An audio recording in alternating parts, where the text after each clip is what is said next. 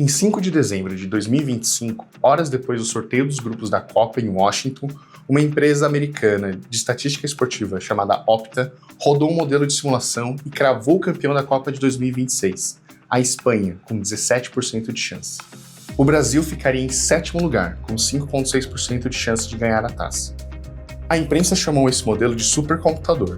Os jornais ao redor do mundo reproduziram o termo como se fosse uma profecia, mas tem um detalhe que ninguém te conta. Em 2022, esse mesmo modelo cravou o Brasil como favorito, com 16,3% de chance de ganhar a Copa. E o que aconteceu naquele ano, como você já deve saber, é que a gente caiu nas quartas de finais para a Croácia. Então o que esse modelo de fato está fazendo? Como é que ele calcula quem que vai ganhar uma Copa do Mundo? E se ele já errou feio mais de uma vez, por que a gente continua dando manchete para ele a cada 4 anos? Quando você lê supercomputador prevê Copa do Mundo, a imagem que aparece na cabeça é um daqueles armários gigantes, piscando luz e ocupando o andar inteiro de um laboratório nacional. Algo tipo o Arpia na Petrobras, que faz mais de 56 quatrilhões de cálculos por segundo. Mas calma, porque a previsão do qual a imprensa está falando, ela é feita pela Opta, que vende dados estatísticos para clubes, federações e veículos de mídia. E o que eles chamam de supercomputador é, na verdade, uma simulação rodando em servidores normais, do tipo que cabe em qualquer data center. O nome pegou porque ele é simpático e cabe numa manchete, mas tecnicamente esse supercomputador não está nem perto da lista do Top 500, que ranqueia as 500 máquinas mais poderosas do planeta, porque ele é um modelo estatístico. E o que importa nesse caso é o software. E o software é, na verdade, duas coisas diferentes empilhadas uma em cima da outra. A primeira camada é um sistema de pontuação chamado Opta Power Ranking. E a segunda é uma simulação matemática do tipo Monte Carlo. A primeira camada, o Power Rankings, é o que dá ao modelo uma opinião sobre o quanto cada seleção é boa. Cada time recebe uma nota de 0 a 100. 0 é o pior time e 100 é o melhor. A Opta diz que o sistema deles ranqueia mais de 12 mil seleções e times entre masculinos e femininos, em centenas de competições, e em mais de 180 países afiliados à FIFA. Mas como assim dá uma nota para cada time? A Opta segue uma família de modelos chamado estilo Elo. O Elo é o mesmo sistema que dá ranking a jogadores de xadrez, e ele foi criado por um físico húngaro-americano chamado Arpagiello nos anos 60. A ideia é assim: quando um time A enfrenta um time B, o resultado da partida atualiza a nota dos dois, baseado em quanto cada um já valia antes do jogo. Por exemplo, o Brasil está com uma nota 88 e a Bolívia 55. Quando eles jogam, o modelo já tem uma expectativa, que o Brasil, sendo muito superior, deveria ganhar. Se o Brasil ganha de 3 a 0, ele ganha pouquíssimos pontos no ranking, já que esse, na verdade, era o esperado. Se a Bolívia segura o empate, a Bolívia sobe muito. E se a Bolívia ganhar em casa, na altitude, esse caso, aliás, é real e aconteceu em setembro do ano passado nas eliminatórias, o Brasil cai feio. Mas o Elo puro tem um problema. Ele só olha o placar final. E qualquer um que assiste futebol sabe que o placar mente. Um time pode dominar a partida, criar 10 chances claras e perder para um chute desviado no minuto 90. O placar diz que o adversário foi melhor, mas a realidade diz outra coisa. Para resolver isso, a Opta empilha em cima do Elo um conceito chamado de XG, Expected Goals, ou gols esperados. Cada finalização recebe uma probabilidade de virar gol baseada em variáveis como a distância para o gol, o ângulo, a parte do corpo que finalizou, o número de defensores entre a bola e a meta e por aí vai. No final da partida, você tem dois números: o placar real e o placar esperado. Se o Brasil teve 2,8 gols esperados e perdeu de 1 a 0, o Power Ranking entende que o Brasil jogou bem e a queda na nota é menor.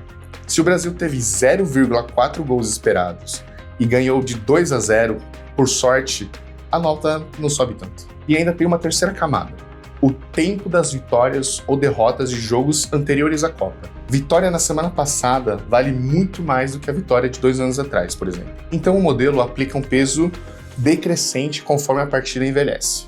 Em resumo, cada seleção entra na simulação com uma nota que reflete força recente, qualidade das chances criadas e contexto de mando de campo.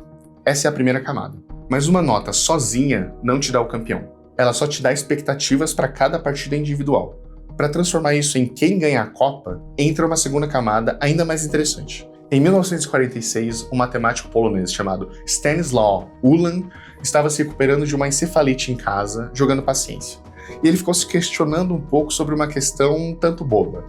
Qual a probabilidade de eu ganhar essa partida? Ele tentou calcular no lápis e papel combinações, permutações, todos os caminhos possíveis das cartas, mas ele acabou desistindo. E aí ele teve a ideia que mudaria a ciência. E se em vez de calcular todas as combinações, eu simplesmente jogasse muitas partidas, anotasse quantas eu ganho e usasse essa frequência como aproximação da probabilidade real. Essa ideia é genial, porque qualquer coisa que seja muito complexa para se resolver de cabeça pode ser estimada se você simular muitas vezes. Naquela época, Ulam trabalhava em Los Alamos, no projeto Manhattan, ajudando a desenvolver a bomba atômica. Ele percebeu que o problema de difusão de nêutrons dentro de um núcleo de plutônio, como calcular quantos nêutrons atingem outros núcleos, em que ângulo, qual energia, era estruturalmente igual ao problema da paciência. Tinha aleatoriedade demais para se resolver com uma fórmula fechada. Mas se ele simulasse trajetórias aleatórias de nêutrons e fizesse a média, ele então conseguiria uma resposta confiável. O colega dele, Nicholas Metropolis, batizou o método de Monte Carlo, uma referência ao cassino de Monte Carlo, em Mônaco.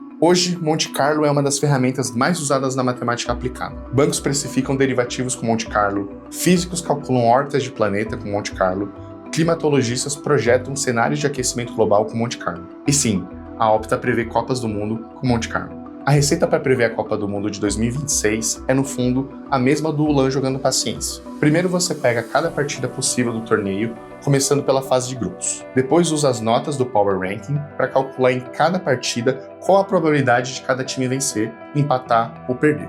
Cada time entra com uma expectativa de gols baseada em sua nota e na nota do adversário. A partir daí, o modelo gera o placar. É como uma moeda viciada. O modelo joga essa moeda em cada partida da Copa, para cada jogo e simula a Copa inteira 10 mil vezes. É isso mesmo. 10 mil vezes. E em cada uma dessas 10 mil Copas paralelas, alguém ganha o troféu. Pode ser a Espanha, pode ser o Brasil, pode ser o Marrocos, pode ser a Coreia do Sul. No fim, você conta quantas vezes cada time ganhou, divide por 10 mil e voilá, você tem uma probabilidade. Esse estudo ele sai regularmente, a Espanha ainda está na frente com 16,1%, enquanto o Brasil subiu uma posição e está em sexto com 6,6%. A Espanha ganhou em 1.610 das 10 mil simulações, por isso 16,1%. O Brasil ganhou 610 vezes. E aqui está a coisa que quase ninguém entende sobre probabilidade. Quando o supercomputador diz que a Espanha tem 16,1% de chance de ganhar a Copa de 2026, ele está dizendo, simultaneamente, que a Espanha tem 83,9% de chance de não ganhar. A favorita é a Espanha. A Espanha provavelmente não vai ganhar. Essas duas frases estão dizendo a mesma coisa. E é por isso que o resultado da Opta não é uma previsão, no sentido que a imprensa vende. Ela é um mapa de probabilidade de 10 mil simulações diferentes. Em 2022, o Brasil ganhou em 1.630 das 10 mil simulações imaginárias. Mas a Copa real aconteceu em uma só. E nessa simulação sozinha, e é que a gente vive, deu Argentina. Em 2014, o Brasil tinha um Power Ranking entre os melhores do mundo. E perdeu de 7-1. Perdeu de 7-1 para a Alemanha em casa. O modelo conseguia prever um 7-1? Não. Nem o Monte Carlo, nem com 1000 camadas de XG. Aquele resultado que entrou para a história era um cisne negro estatístico, um evento de baixíssima probabilidade que aconteceu mesmo assim. A mesma coisa em 2018, quando a Croácia chegou na final sem ser a favorita. E em 2002, quando o Brasil estava ranqueado abaixo da Argentina e da França, e mesmo assim levou o pentacampeonato. Modelos estatísticos funcionam bem em populações grandes. Eles são ótimos para dizer, em média, ao longo de muitas Copas, qual seleção tende a chegar mais longe. Mas uma Copa do Mundo específica é um evento único. Uma sequência de 8 partidas, cada uma com pênaltis, expulsões, lesões, jogadas individuais de gênio, decisões de árbitro. Coisas que o modelo, por melhor que ele seja, não consegue medir antes da bola rolar. Existe um termo técnico para isso na estatística. Incerteza irredutível. Não é que o modelo seja ruim, é que parte da realidade que ele tenta prever é, por natureza, imprevisível. E aqui chega na pergunta que me trouxe para esse vídeo. Se a máquina já errou em 2022, por que a manchete dela foi para a capa de tudo quanto é jornal em 2026? Eu acho que tem 2 respostas. A primeira é, a gente quer notícia. Probabilidade não vende. A imprensa transforma probabilidade em previsão, porque é assim que se prende a atenção. E o público, você, eu, Todo mundo completa o trabalho lendo 15% e ouvindo vai dar Espanha. A segunda resposta é mais filosófica. A gente não consegue conviver bem com a incerteza. A gente quer saber o final da história, especialmente sobre coisas que importam para nós emocionalmente, como é a Copa do Mundo. Em 2010, na Copa da África do Sul, um polvo no aquário da Alemanha ficou famoso no mundo todo.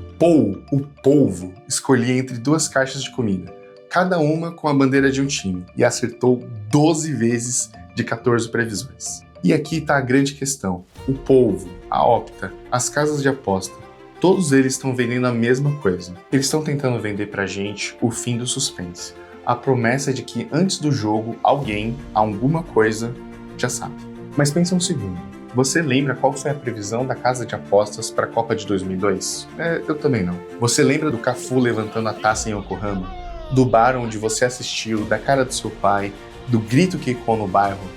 Eu lembro. Se tem uma coisa que o modelo da Opta não vai conseguir calcular, é o fato de que em junho de 2026, milhões de pessoas vão sentar na frente da sua TV, num bar, na sala da casa da avó e vão viver juntos uma única simulação. Não 10 mil, uma só. A nossa. A matemática consegue te dizer o quão raro é cada cenário, mas ela não consegue e nunca vai conseguir te dizer como vai ser estar vivo no dia que ela acontecer.